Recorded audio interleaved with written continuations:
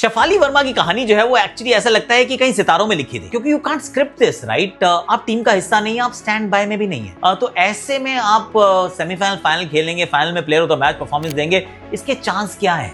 I mean there is no chance whatsoever right. आपको सच से दोस्ती करनी पड़ेगी, समझौता करना पड़ेगा कि नहीं होने वाला है यार। मुझे सोचा था मैं कुछ अच्छा कर पाऊंगी, क्योंकि डोमेस्टिक क्रिकेट में बहुत रन्स बनाए, constantly knocking on the door, पर प्रतिका रावल खेली है और जब से खेलना प्रतिका रावल ने शुरू किया है, शी हैजंट लुक्ड बैक और वो हर मैच में अच्छा प्रदर्शन करती आ रही है। इनफैक्ट प्रतिका और स्मृति की साझेदारी इतनी अच्छी हो गई कि could possibly say कि arguably the best opening combination partnership of the tournament। अब ऐसे में प्रतिका रावल को चोट लगना, शेफाली वर्मा स्टैंड बाय में ना होने के बावजूद उनका चयन होना, वो सेमीफाइनल खेलती हैं, फाइनल में आके बैट से रन्स एंड देन बॉल के साथ जो विकेटें चटकाई हैं, the girl with the golden arm, I think it was absolutely outstanding. Shafali के अंदर काबिलियत है, इस बात में ना कभी डाउट नहीं था। किसी ने ये कभी नहीं कहा कि यार ये उतना अच्छा नहीं खेलती हैं। ये सवाल हमेशा था कि काबिलियत पे नहीं था टेम्परामेंट पे था, कि थोड़ा संभल के खेल सकती हैं क्या, इनिंग्स को बड़ा कर सकती हैं क्या, थोड़ी सी जिम्मेदारी उठा सकती हैं क्या। एंड आई थिंक ये वाला जो प्रदर्शन था, जो कॉन्फिडेंस के साथ खेली, इट फेल्ट दैट उन्हें भी लगा है कि I belong to this place and now it is beautiful, क्योंकि प्रतिका आएंगी, वो भी खेलेंगी। Shafali is constantly like hitting the door hard, almost breaking it down।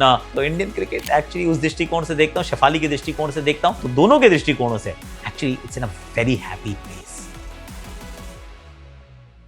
भारतीय टीम क्या करने वाली है इसका अभी किसी को अंदाजा नहीं है, and I fall in the same category, क्योंकि हम शुरू से कह रहे थे अर्शदीप को खिलाओ, अर्शदीप को नहीं खिलाया, हर्षित को खिलाया, हर्षित ने रन्स बनाए, क्रूशियल रन्स बनाए, बॉलिंग में ऑफ कोर्स विकेट नहीं चटका पाए थे, पर फिर वो ड्रॉप हो जाते हैं। एंड यू स्टार्ट वंडरिंग कि अभी तो उन्होंने ठीक किया था, अभी उनको ड्रॉप क्यों किया। फिर अर्शदीप आते हैं, वो 3 विकेट चटकाते हैं, प्लेयर ऑफ द मैच बन जाते हैं, और हम सब की बात को वैलिडेट करते हैं कि यार अर्श लाओ, विकेट पाओ, टीम में होने चाहिए, he is your highest wicket taker, और कुछ समय पहले तक तो number 1 T20 bowler in the world था भाई। पर अब क्या होगा? क्या अर्शदीप खेलेंगे? ऐसा लगता है मुझे खेलेंगे, पर क्या हर्षित अब वो 11 का हिस्सा नहीं बन पाएंगे? I don't know, I can't be sure. हो सकता है बुमराह का रेस्ट करा दिया जाए और हर्षित खेल जाए, हो सकता है बॉलिंग कॉम्बिनेशन में कुछ और बदलाव किया जाए और फिर हर्षित खेल जाए। I have got no idea whatsoever. पर यह बात जरूर तय है कि अर्शदीप सिंह को हम खेलते हुए देखेंगे बचे हुए मुकाबले, और सो आई फील, फिंगर्स क्रॉस, क्योंकि अर्श जब भी आता है विकेट चटकाता है, and wicket taking ability in T20 cricket मुझे ऐसा लगता है वर्थ इट्स वेट इन 24 कैरेट गोल्ड, बहुत महत्वपूर्ण रहती है भाई।